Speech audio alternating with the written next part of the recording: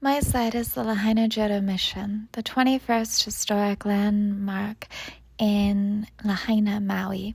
The temple features a 12-foot Amida Buddha statue, modeled after one in Japan, and is the largest in Hawaii.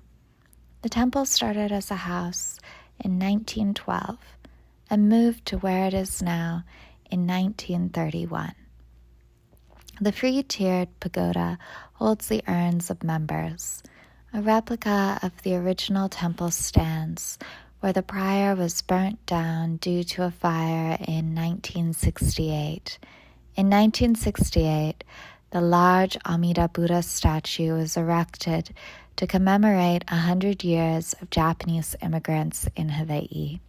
The temple is typically closed to the public, who view the floral ceiling, golden Buddha, and paintings from a distance. The grounds also feature a large bell that visitors can ring.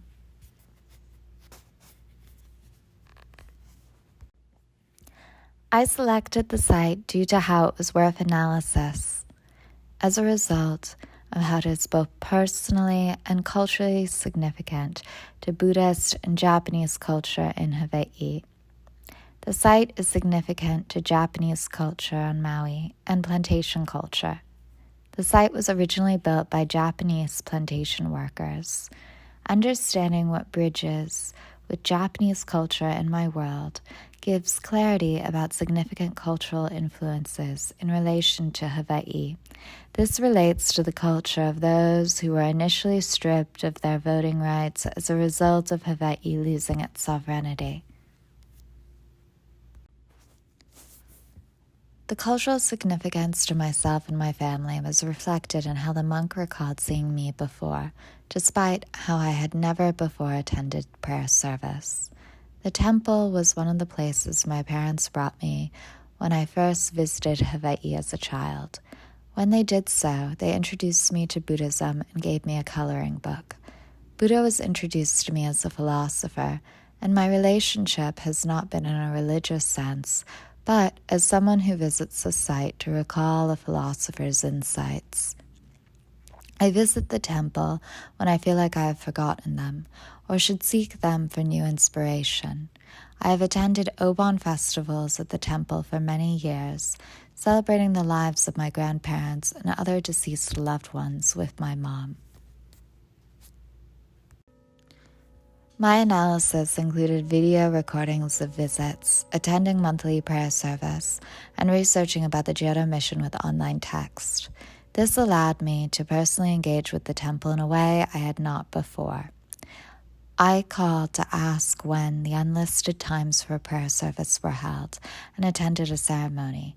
By doing this, I engaged beyond just observing at a distance and found out about what is obscured from the general public. I greeted the people that work at the temple with phrases in Japanese to express my gratitude for them, welcoming me to document and participate in their prayer service. I am inspired by the ceiling of the Jodo Mission to create a series of painted works featuring flowers. I am fascinated by the ceiling of the temple, which has a range of painted flowers adorning it. These flowers recall ikebana, which is also a source of inspiration for my work. My timetable for production of these floral bouquets will begin July 14th, when I will visit the temple, attending service and recording videos of the temple. On July 20th, I researched flora and fauna evident in Hawaii for bouquet sketches. On July 23rd, I gathered materials which included sumi ink, tempera, round paper, watercolor, acrylic gouache, walnut ink, and tempera. From July 27th to August 10th, I will sketch bouquets. From August 11th to October 3rd, I will paint the bouquets.